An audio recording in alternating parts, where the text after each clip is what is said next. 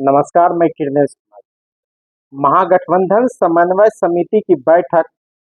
समिति के अध्यक्ष व बिहार विधानसभा में प्रतिपक्ष के नेता तेजस्वी प्रसाद यादव की अध्यक्षता में 12 जुलाई को पटना में हुई बैठक में बिहार विधानसभा चुनाव सहित विभिन्न मुद्दों पर चर्चा हुई।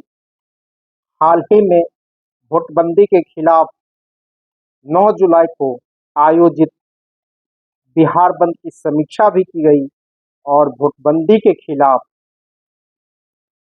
भारत निर्वाचन आयोग पर जमकर बैठक में भी प्रहार किया गया और समन्वय समिति के साथ साथ विभिन्न उप समितियों की भी बैठक हुई।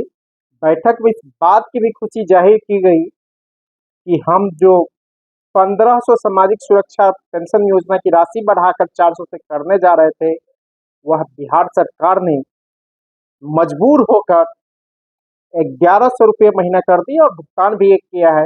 इसी तरह बिजली 200 यूनिट फ्री देने की बातें महागठबंधन कर रहा है। जो हमारी सरकार आएगी तो 200 यूनिट फ्री बिजली देंगे। और नीतीश कुमार, मुख्यमंत्री नीतीश कुमार जो बार बार इसका विरोध कर रहे थे, अब वही सरकार चुनावी साल में घुटने टेकने लगी है और नीतीश कुमार की सरकार ने भी 100 यूनिट बिजली फ्री में देने का फैसला लिया है। इस पर वित्त विभाग की सहमति बन गई है और इसे कैबिनेट में भेजा जाएगा। इसको लेकर भी बैठक में चर्चा की गई। बैठक में कहा गया कि मुख्यमंत्री नीतीश कुमार पूरी तरह हताश है और उसे सत्ता जाने का डर सताने लगा है। इसलिए बार बार हमारे एजेंडे पर सरकार फैसले ले रही है। जिस तरह महागठबंधन ने युवा आयोग की गठन की बातें की थी, सरकार ने युवा आयोग गठन करने का फैसला लिया है। बिजली की कीमत घटाने का, यानी 100 यूनिट बिजली फ्री करने की बातें कर रही है। सामाजिक सुरक्षा पेंशन योजना की राशि बढ़ाई गई है। छात्रवृत्ति योजना की राशि बढ़ाई जाएगी और प्रधानमंत्री नरेंद्र मोदी बार बार बिहार दौरे आ रहे हैं करा रहे हैं।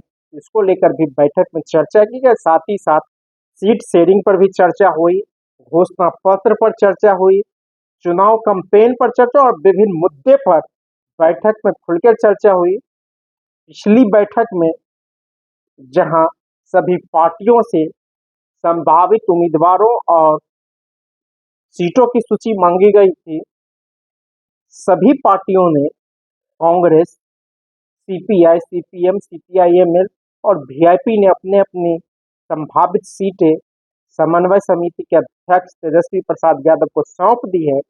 हालांकि जितने सीटों की संख्या सौंपी गई है और सीटों के नाम सौंपे गए हैं, वह बिहार विधानसभा की 243 सीट से ज्यादा सीटें हैं। अगर सबको दे भी दिया जाए तब भी नहीं पूरेगा और राजद के लिए एक भी सीटें नहीं बचेगी। हालांकि राजद ने साफ तय कर लिया है, तेजस्वी ने साफ कर दिया है, जब हम अपनी सीटें तय कर लेंगे तब आप लोगों को बुलाएंगे, आप लोगों को भी सीटें आवंटित कर देंगे। कई सीटों पर महागठबंधन के सहयोगी पार्टियों ने आपस में दावा ठोक दी है। इससे लेकर भी असमंजस की स्थिति है। राजद की कई सीटों, जो सीटिंग सीट है, वहां पर भी दावे ठोके गए हैं और एक सहमति बनी है। तो सब मिलजुल कर सीट की शेयरिंग कर लेंगे और आने वाले वक्त में और बैठकें होंगी, बैठकों का दौर जारी रहेगा। और महागठबंधन की नज़र एनडीए पर भी है। कहा जा रहा है कि एनडीए की कुछ पार्टियां भी महागठबंधन के संपर्क में है, नेता प्रतिपक्ष तेजस्वी प्रसाद यादव के संपर्क में है। इसको लेकर भी बैठके में चर्चा हुई। साथ ही साथ राज्य में बढ़ते अपराध के खिलाफ भी एक बातें हुई और केंद्रीय मंत्री लोक जनशक्ति पार्टी रामविलास के राष्ट्रीय अध्यक्ष चिराग पासवान जो बार बार कह रहे हैं कि हम सभी 243 सीटों पर लड़ेंगे, इस मुद्दे पर भी गहन विचार विमर्श किया गया और इसका प्रतिकार भी राज्य में बढ़ते अपराध और नीतीश कुमार की नाकामी को लेकर आम जनता के बीच जाने का निर्णय लिया गया। और कहा गया कि प्रधानमंत्री नरेंद्र मोदी जिस तरह बिहार के दौरे कर रहे हैं, जिस वह एनडीए सरकार की हताशा का परिचय है। और हाल ही में डीके टैक्स पर, राज्य में बढ़ते अपराध पर भी गहन विमर्श किया गया और नीतीश कुमार के खिलाफ जोरदार अभियान चलाने का निर्णय लिया गया। कहा गया कि भारतीय जनता पार्टी के वरिष्ठ नेता व केंद्रीय गृह मंत्री अमित शाह ने भी कहा है कि चुनाव तो हम लड़ेंगे नीतीश कुमार के नाम पर, लेकिन चुनाव के बाद ये मुख्यमंत्री नहीं रहेंगे। इससे साफ संकेत है कि भारतीय जनता पार्टी नीतीश कुमार को बिहार में फिनिश करने जा रही है।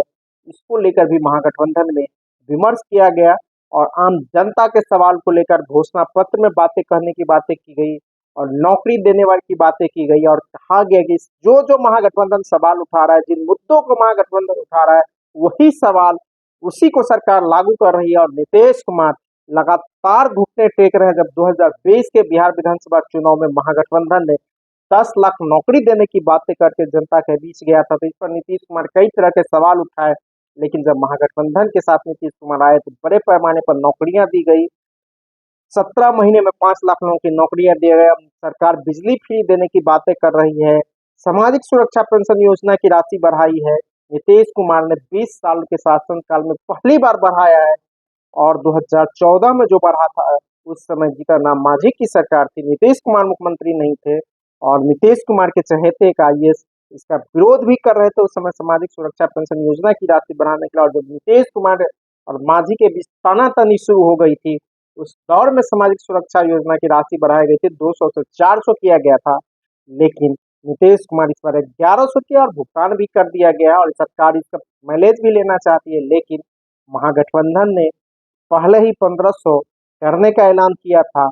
यूं कहा जाए नीतीश कुमार महागठबंधन ऐलान कर रहा है कि हमारा यह चुनावी घोषणा होगा, हमारी सरकार बनेगी तो हम लागू करेंगे, उसके पीछे पीछे नीतीश कुमार दौड़ रहा है और नीतीश कुमार केंद्र प्राकृत अपनी कुर्सी बचाने में लगा हुआ है, लेकिन उसकी कुर्सी अब बचती हुई दिख नहीं रही है और उसके खिलाफ महागठबंधन तो लगा ही हुआ है बिहार की सत्ता हासिल करने के लिए और बीजेपी के लोग भी उसे सत्ता से हटाने में लगे हुए हैं।